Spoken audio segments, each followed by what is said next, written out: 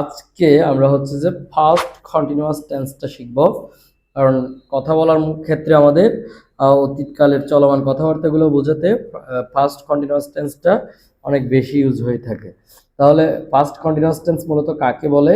অতীতকালের কোনো কাজ চলমান ছিল, এই ধরনের পরিস্থিতি বোঝাতে আমাদেরকে হচ্ছে যে ফার্স্ট কন্টিনিউয়াস টেন্স ব্যবহার করতে হয়। সরি, এখানে হচ্ছে প্রেজেন্ট লেখা আছে, এখানে হচ্ছে ফার্স্ট কন্টিনিউয়াস টেন্স ব্যবহার করা হয়। তাহলে ফার্স্ট কন্টিনিউয়াস টেন্স কাকে বলে বললাম? অর্থাৎ অতীতকালে কোনো একটা কাজ চলমান ছিল। যেমন আমি যদি বলতে পারি যে আমি ঘুমাইতেছিলাম, তার মানে যখন আমি ঘুমাইতেছিলাম তখন তুমি কল দিয়েছ, তাহলে এই যে ঘুমাইতেছিলাম এটা হচ্ছিল যে অতীতকালে চলমান। আমি খাইতেছিলাম, তাহলে এটাও হচ্ছে যে অতীতকালের চলমান। আমি যাইতেছিলাম, এটাও হচ্ছে যে অতীতকালের চলমান ঘটনা। তাহলে এটা দিয়ে যদি আমরা আমাদের প্যাটার্নগুলো দেখি, আমাদের প্যাটার্নগুলো আশা করি এখন ইতিমধ্যে অনেকেই বুঝে গেছে। বাট বুঝে গেলে এখানে আর হচ্ছে যেগুলো সব বলতে হয় না, তারপরে আমি বলে দিচ্ছি। তাহলে অ্যাফার্মেটিভ ফর্মটা হচ্ছে কি? আই ওয়াজ গোয়িং, আমি যাইতেছিলাম। তাহলে এখানে এই মেন স্ট্রাকচারটা কি? Subject plus was were plus verb one plus ING. তাহলে এখানে স্ট্রাকচারটা হচ্ছে subject plus was were plus verb one plus ING. তাহলে আই ওয়াজ গোয়িং, আমি যাইতেছিলাম। উই ওয়ার গোয়িং, আমরা যাইতেছিলাম। ইউ ওয়ার গোয়িং, তুমি যাইতেছিলে। ইউ ওয়ার গোয়িং, তোমরা যাইতেছিলে। দে ওয়ার গোয়িং, তারা যাইতেছিল। তারা হলে আবার ছিল। এখানে হচ্ছে যে যে সেকেন্ড পার্সন গুলো আছে এগুলোর সাথে কিন্তু ওয়ার, আর বাকিগুলোর সাথে কিন্তু ওয়াজ, এটা ব্যবহারটা জানতে হবে। তাহলে আই ওয়াজ গোয়িং, আমি যাইতেছি, সে যাইতেছিল। হি ওয়াজ গোয়িং, সে যাইতেছিল। তাহলে ওয়াজ হচ্ছে আই এর সাথে, আবার হি এর সাথে, মাঝখানে এগুলো চারটা ওয়ার ব্যবহৃত হয়। তাহলে শি ওয়াজ গোয়িং, সে যাইতেছিল। ইট ওয়াজ গোয়িং, ইহা যাইতেছিল। রানা ওয়াজ গোয়িং, রানা যাইতেছিল। সামওয়ান ওয়াজ গোয়িং, কেউ একজন যাইতেছিল। মাই ফ্রেন্ড ওয়াজ গোয়িং, আমার বন্ধু যাইতেছিল। আর যদি নেগেটিভ করতে চাই, শুধুমাত্র হেল্পিং ভার্বের পরে অর্থাৎ অক্সিলারি ভার্বের পরে নট যুক্ত করে দিব। অর্থাৎ এখানে যেখানে ওয়াজ ছিল ওয়াজের পরে নট যুক্ত করে দিব। I was not going, we were not going, এও জাস্ট যুক্ত করে দিলে এটা নেগেটিভ হয়ে যাবে। আর এটাকে যখন ইন্টারগেটিভ করতে যাব, এই যে অক্সিলারি ওয়াজ ওয়ার গুলোকে আমাদের সামনে নিয়ে আসতে হবে, অর্থাৎ সাবজেক্টের সামনে অক্সিলারির ওয়াজ ওয়ার হবে। তাহলে ওয়াজ আই গোয়িং, আমি কি যাইতেছিলাম। ওয়ার উই গোয়িং, আমরা কি যাইতেছিলাম। এভাবে আর কোনো চেঞ্জ নাই, জাস্ট হচ্ছে যে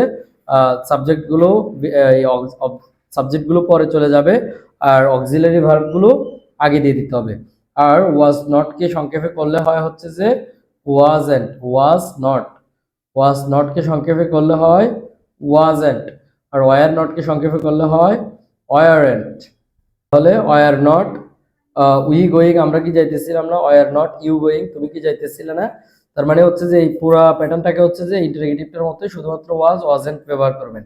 আর ইন্টারগেটিভ নেগেটিভ কিন্তু খুব বেশি প্রয়োজন হয়, এটা মাথায় রাখতে হবে। মাথায় রেখে বারবার প্র্যাকটিস করতে হবে। এখন আসলে এত বেশি বিস্তারিত বলে দিচ্ছি না, কারণ হচ্ছে যে ইতিমধ্যে আমাদের ক্লাসগুলো যারা করেছে তারা হচ্ছে যে ইতিমধ্যে আমাদের প্যাটার্নগুলো বুঝে গিয়েছে যে একদম সহজভাবে এখানে বোঝানো হচ্ছে। সো এরপরে এই যে ইন্টারোগেটিভের আগে শুধুমাত্র আমরা হু ওয়ার্ডগুলো ব্যবহার করছি। এখানে এখান থেকে জাস্ট একটা নিলাম, একটা নিয়ে পুরোটার মধ্যে ইন্টারোগেটিভের হু ওয়ার্ডগুলো ব্যবহার করলাম। তাহলে what was I, where was I, when was I, how was I, for whom was I, how long was I. তারপরে এখানে যদি ইউ দেই তাহলে ওয়ার হয়ে যাবে, কারণ আমরা যে এদিকে ইতিমধ্যে এটা পড়ে আসছে। তাহলে হোয়াট ওয়ার ইউ গোয়িং, তুমি কি যাইতেছিলে। হোয়ার ওয়ার ইউ গোয়িং, তুমি কোথায় যাইতেছিলে। এভাবে পুরো প্যাটার্ন। তারপরে এরপরে আমরা দে দিলেও আরো সুন্দর সুন্দর বাক্য তৈরি হবে। এরপরে আমরা হচ্ছে যে আবার থার্ড পারসন সিঙ্গুলারে গেলে আবারও ওয়াজ দিতে হবে। তাহলে where was Rana going, Rana কোথায় যাইতেছিল। রানা কি যাইতেছিল। Where was Rana going, Rana কোথায় যাইতেছিল। হোয়ার ওয়াজ রানা গোয়িং, কখন রানা যাইতেছিল। Why was Rana going, Rana কেন যাইতেছিল। How long was Rana going, Rana কতক্ষণ যাইতেছিল।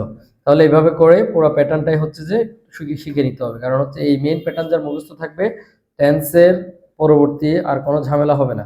তাহলে পূর্ণ বাক্য তৈরি করতে চাইলে আমরা ইতিমধ্যে যতটুকু বুঝছি ততটুকু দিয়ে আমাদের পূর্ণ বাক্য তৈরি হয়ে যাবে। এই যে এখানে শুধু ভার্বগুলো চেঞ্জ হচ্ছে আর আইএনজি অবজেক্ট অ্যাড করতে হচ্ছে। তাহলে আই ওয়াজ সিকিং, এই যে সিক অর্থ খোঁজা, আইএনজি যুক্ত করছি, সিকিং আ জব, আমি একটি চাকরি খুঁজতেছিলাম। We were seeking a job, আমরা একটি চাকরি খুঁজতেছিলাম। You were seeking a job, তুমি একটি চাকরি খুঁজতেছিলে। দে ওয়ার সিকিং জবস, তারা চাকরি খুঁজতেছিল। হি ওয়াজ সিকিং আ জব, সে একটি চাকরি খুঁজতেছিল। She was seeking a job, সে একটি চাকরি খুঁজতেছিল। My friend was seeking a job, আমার বন্ধু একটি চাকরি খুঁজতেছিল। তাহলে আমি যদি সবগুলো আইডি একটু বলে দিই, আই ওয়াজ লুকিং, আমি দেখতেছিলাম। আই ওয়াজ সেভিং, আমি সংরক্ষণ করতেছিলাম। আই ওয়াজ ড্রাইভিং, আমি চালাইতেছিলাম। আই ওয়াজ কিপিং, আমি রাখতেছিলাম। আই ওয়াজ মিটিং, আমি সাক্ষাৎ করতেছিলাম। আই ওয়াজ লাফিং, আমি হাসতেছিলাম। আই ওয়াজ ক্রাইং, আমি কান্না করতেছিলাম। আই ওয়াজ রিডিং, আমি পড়তেছিলাম। সেম ভাবে নেগেটিভে গেলে subject plus was were plus not plus verb one plus ING. তাহলে এখানে জাস্ট আমরা নটটা ব্যবহার করে দিব, অ্যাফার্মেটিভের মতো করে ইউজ করে ফেলতে পারবো। তাহলে I was not telling lie, আমি মিথ্যা বলতেছিলাম না। উই ওয়ার নট টেলিং, আমরা বলতেছিলাম না। ইউ ওয়ার নট টেলিং, তুমি বলতেছিলে না। এভাবে। তাহলে যদি এখান থেকে কিপটা নেই, তাহলে I was not keeping the book, আমি বইটি রাখতেছিলাম না।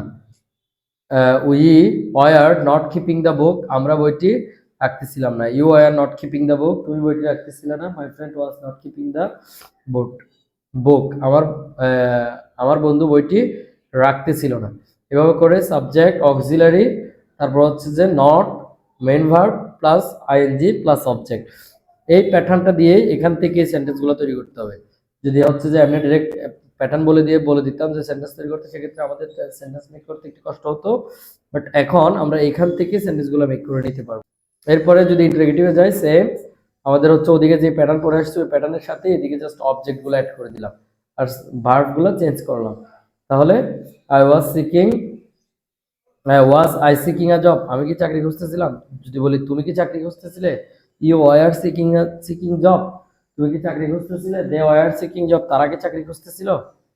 এভাবে করে এই প্যাটার্ন দিয়েও অনেকগুলো বাক্য তৈরি করা যাবে। আর সেম প্যাটার্নের সাথেই হচ্ছে যে আমাদের হুয়ার্ডগুলো ব্যবহার করতে হবে। হুয়ার্ডগুলো ব্যবহার করলে একদম বিস্তারিত। এখন একটা প্রশ্ন রয়ে যায় যে ইন্টারোগেটিভের প্রশ্ন এবং হুয়ার্ডের প্রশ্ন এর মধ্যে পার্থক্যটা কি। এর মধ্যে পার্থক্য হচ্ছে ইন্টারোগেটিভ প্রশ্ন দিয়ে আমরা শুধুমাত্র হ্যাঁ না এই প্রশ্নটা করি, অর্থাৎ আমরাই পুরো ডিটেলস বলে দেই। আনসার দাতাকে শুধুমাত্র হচ্ছে যে ইয়েস অর নো বললে আনসার হয়ে যায়। আর হুয়ার্ড দ্বারা আমরা প্রশ্ন করি হচ্ছে যে ডিটেলসে জানতে চাই, আমরা তাকেই জাস্ট প্রশ্ন করি এবং সেই এটার আনসারটা দেয়। সেক্ষেত্রে এটা দিয়ে হচ্ছে তার মানে এইচডাব্লিউ দিয়ে হচ্ছে যে ডিটেলসে আনসার দিতে হয় এবং ইন্টারোগেটিভ দিয়ে হচ্ছে যে শর্টকাট আনসার দেওয়া যায়, অর্থাৎ ইয়েস আর নো বলে আনসার হয়ে যায়। তাহলে এই হচ্ছে যে ইন্টারোগেটিভ এবং হুয়ার্ডের মধ্যে পার্থক্য। আশা করি এই ক্লাসটা তোমরা এইভাবে করে কাগজে লিখে বারবার প্র্যাকটিস করতে পারবা। সো দেখা হচ্ছে এর পরের ক্লাসে।